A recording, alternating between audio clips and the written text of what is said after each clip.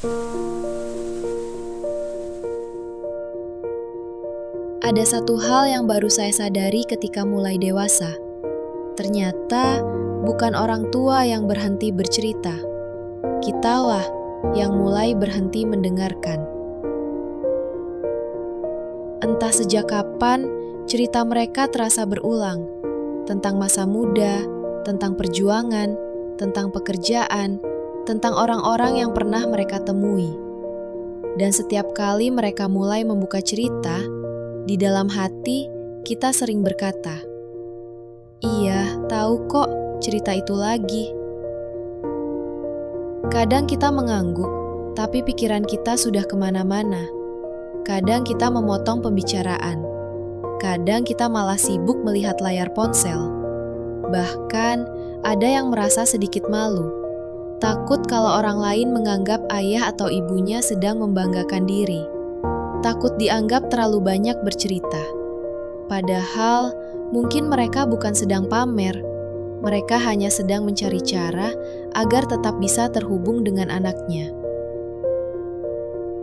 Karena semakin kita dewasa, semakin sedikit alasan yang membuat kita duduk dan mengobrol bersama mereka. Mereka tahu itu. Makanya, cerita menjadi jembatan yang mereka miliki. Mereka mengulang cerita yang sama, bukan karena lupa, tetapi karena itulah kenangan yang paling mereka banggakan.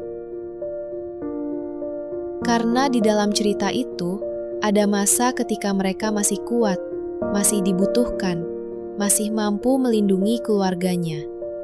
Sementara kita, semakin dewasa, semakin memilih diam. Bukan karena tidak sayang, tapi karena merasa komunikasi sudah tidak perlu sebanyak dulu. Ironisnya, suatu hari nanti, rumah itu akan menjadi sangat sunyi. Tidak ada lagi cerita yang berulang. Tidak ada lagi nasihat yang kita anggap membosankan. Tidak ada lagi suara yang memanggil nama kita dari ruang tengah. Dan pada saat itulah, kita justru berharap bisa mendengar satu kali lagi cerita yang dulu selalu ingin kita akhiri. Kalau hari ini orang tuamu masih suka bercerita, duduklah sebentar. Simpan ponselmu. Tatap matanya. Biarkan ia menyelesaikan ceritanya. Mungkin yang sedang ia cari bukan pendengar, melainkan perasaan bahwa ia masih memiliki tempat di dalam kehidupan anaknya.